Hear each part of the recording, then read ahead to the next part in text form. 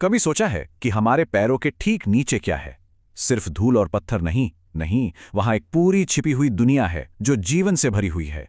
आज हम इसी दुनिया के सबसे बड़े राज से पर्दा उठाने वाले हैं, वो जादुई चीज जो मिट्टी को असल में जिंदा बनाती है।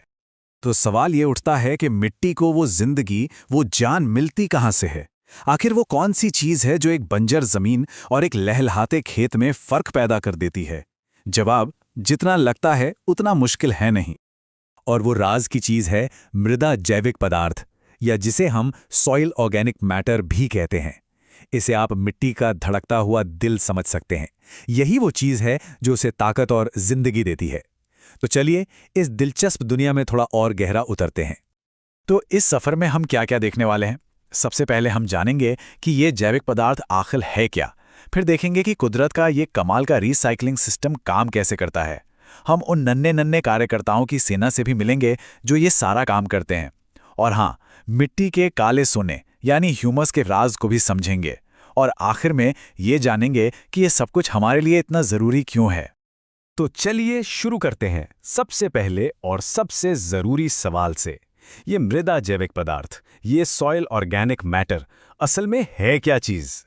बहुत ही आसान भाषा में कहें तो ये मिट्टी में मौजूद हर उस चीज का जोड़ है जो कभी जिंदा थी। सूखी पत्तियां, पौधों की जड़ें, मरे हुए कीड़े मकोड़े और यहां तक कि वो छोटे छोटे जीव भी जो मिट्टी में रहते हैं। भले ही ये मिट्टी का बहुत छोटा सा हिस्सा हो, सिर्फ 0.1% से 5% तक, लेकिन इसका असर जमीन आसमान का फर्क ला सकता है। तो ये जैविक पदार्थ आता कहाँ से है? इसके दो मेन सोर्स हैं। एक तो पौधों से, जैसे फसलों के कटने के बाद बचे हुए पत्ते और तने या फिर हरी खाद। और दूसरा जरिया है जानवरों से, जैसे गोबर की खाद, कंपोस्ट और मिट्टी में मरने वाले केचुए और दूसरे जीव। अब ये वाला हिस्सा ना वाकई बड़ा दिलचस्प है। ये जैविक पदार्थ कोई एक चीज नहीं है, बल्कि एक तरह का बुफे है। जैसा कि ये चार्ट दिखा रहा है, इसमें हेमीसेल्यूलोज और सेल्यूलोज जैसे कार्बोहाइड्रेट्स का एक बड़ा हिस्सा होता है। साथ में प्रोटीन भी है और लिग्निन जैसा एक बहुत सख्त पदार्थ भी। ये सब मिलकर मिट्टी के नन्हे जीवों के लिए एक जबरदस्त दावत तैयार करते हैं। और ये दावती हमें हमारे अगले पड़ाव पर ले आती है, कुदरत की वो कमाल की रिसाइकलिंग प्रक्रिया। ये सिर्फ सड़ना गलना नहीं है, ये जमीन के नीचे लगातार चलने वाला एक बहुत जरूरी बदलाव है।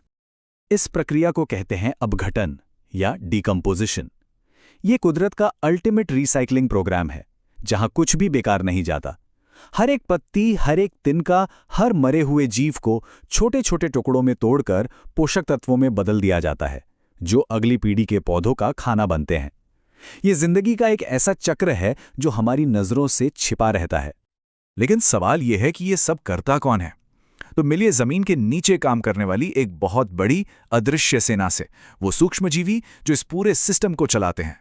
ये मिट्टी के असली हीरो हैं।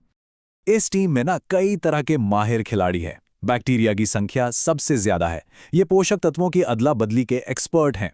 फिर आते हैं कवक यानी फंगी, जो लिग्निन जैसे सबसे सख्त पदार्थों को भी तोड़ने का दम रखते हैं। और वो जो बारिश के बाद मिट्टी से सौंधी सौंधी खुशबू आती है, वो कमाल है एक्टिनोमाइसिटीज का। इनके अलावा प्रोटोजोआ और शैवाल भी इस इकोसिस्टम को पूरा करते हैं। ये अपघटन की पूरी प्रक्रिया एक दावत की तरह है, जिसमें कई कोर्स होते हैं। जैसे ही जैविक पदार्थ मिट्टी में पहुंचता है, ये नन्हे जीव सबसे पहले मीठी और आसान चीजों जैसे शक्कर और प्रोटीन को चटकर जाते हैं। उसके बाद नंबर आता है थोड़ी मुश्किल चीजों का, जैसे सेल्यूलोस। और सबसे आखिर में सबसे सख्त चीज यानी लिग्निन को धीरे धीरे तोड़ा जाता है। इस पूरी मेहनत के बाद जो आखिरी चीज बचती है, वही है मिट्टी का असली खजाना, ह्यूमस। अब देखिए, किसी भी टीम की तरह इन नन्हे कार्यकर्ताओं को भी काम करने के लिए एक सही माहौल चाहिए। और ये चार्ट बहुत अच्छे से दिखाता है कि तापमान कितना जरूरी है। 30 से 40 डिग्री सेल्सियस के बीच इनकी काम करने की रफ्तार सबसे तेज होती है।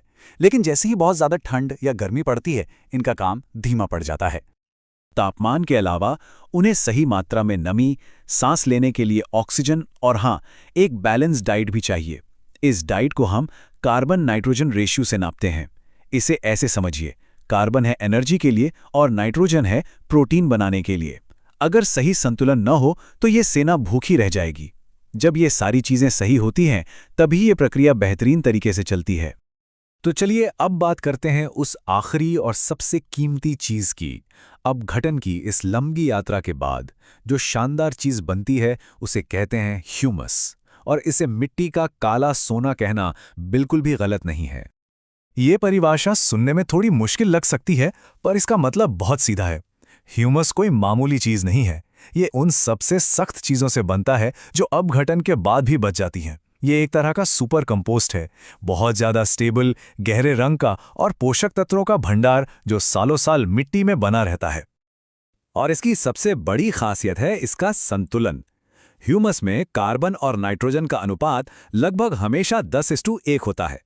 ये सुनहरा अनुपात ही इसे पोषक तत्वों का एक बेहतरीन बैंक बनाता है। ये न्यूट्रिएंट्स को पकड़ कर रखता है और जब पौधों को जरूरत होती है तब धीरे धीरे उन्हें देता रहता है, बिल्कुल एक स्लो रिलीज फर्टिलाइजर की तरह।